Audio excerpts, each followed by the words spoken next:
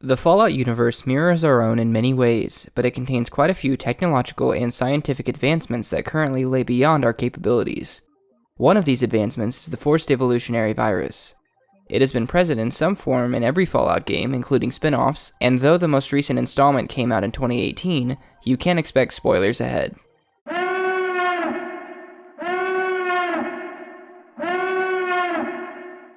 As the name implies, the forced evolutionary virus is capable of altering the genotype and phenotype of whatever comes into contact with it. In other words, it induces mutation by forcibly rewriting the DNA of organic beings.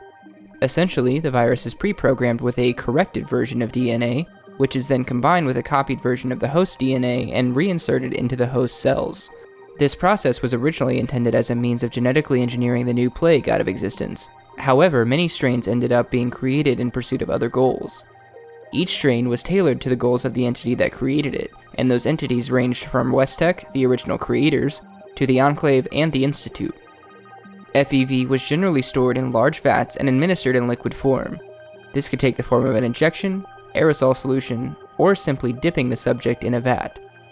The latter method was the one used to create the Gen 1 supermutants of the Master's army, but more on that later. Effects of the virus are dependent on the length and method of exposure. This is due to the fact that FEV does not self-replicate inside the host's body. Since FEV forcibly rewrites the subject's DNA and induces rapid physical changes in a short period of time, there is often a lot of pain involved. It is possible to produce body deformities with some strains, again depending on exposure level and method of exposure, and many subjects are driven mad by the pain. For subjects deemed non-viable, such as anyone with extensive genetic mutation due to prior radiation exposure, or those who were already exposed to another strain of FEV, the process was often even more intense and would likely result in death. Other effects often included an extended lifespan due to regeneration effects in the subject's cells. This has a range between a theorized 10% increase in lifespan and effective immortality. The regenerative effect prevents the natural genetic decay responsible for physical aging, but it also prevents similar damage from ionizing radiation and genetic diseases. As such, supermutants and others affected by FEV were effectively immune to radiation, but they were also rendered sterile. The most likely cause for this was misidentification of gametes, sperm or egg cells carrying a copy of half an organism's genetic code, as damaged. If this happened, FEV would repair the damage by completing the genetic code with its corrected copy, which would render the cells permanently non-viable. This unintended effect went unnoticed for years, given that the changes took place on a cellular level, and the virus left subjects' primary sexual organs intact. The design of FEV made it unable to be cured because any changes were intended to be permanent. As such, it did not retain unaltered copies of the subject's original DNA and could only theoretically be cured by reinfecting a subject with FEV containing the subject's original DNA. This would cause a second forced mutation like the first, which would likely mean another round of excruciating pain. As part of the Enclave's work with FEV, they created an inoculation for Enclave personnel that prevented their version of the virus from affecting them, though this did not work with any other strain of FEV. Dr. Brian Virgil did create a retroviral serum capable of reversing the mutagenic effects of the Institute's strain of FEV sometime in the late 23rd century, but this was also not a cure. It simply caused a secondary mutation, changing the Doctor back into a human, albeit with a few upgrades such as increased muscle mass. If this could be adapted for other strains of FEV as well, it may be possible to undo some of the damage caused by the virus.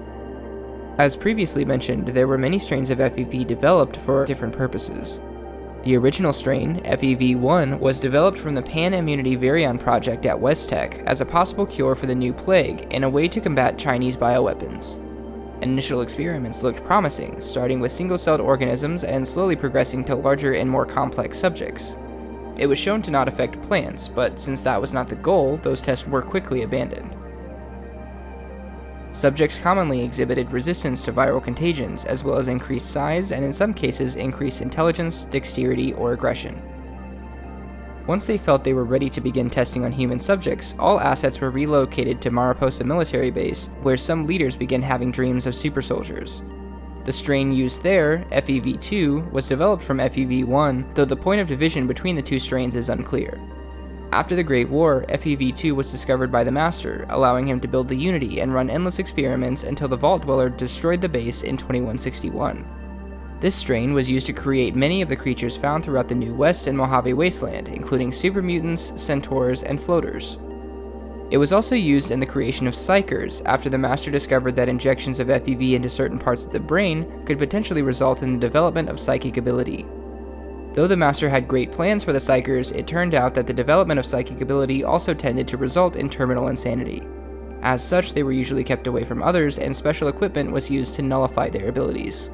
The super mutants created with FEV2 could be divided into first and second generation, with the first gens being much more intelligent than their second gen siblings.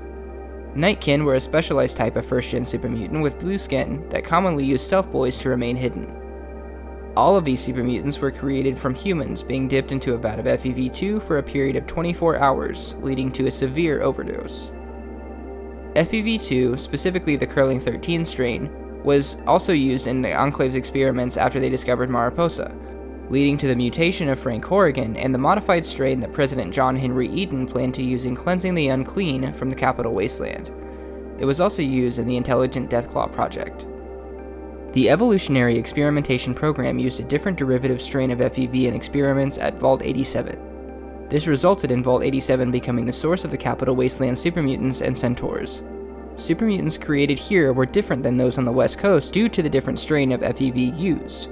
These subjects exhibited extreme aggression at all non-mutants and were commonly less intelligent than even the second-gen FEV2 supermutants. The extraordinarily intense pain of the transformation also caused many subjects to be rendered insane.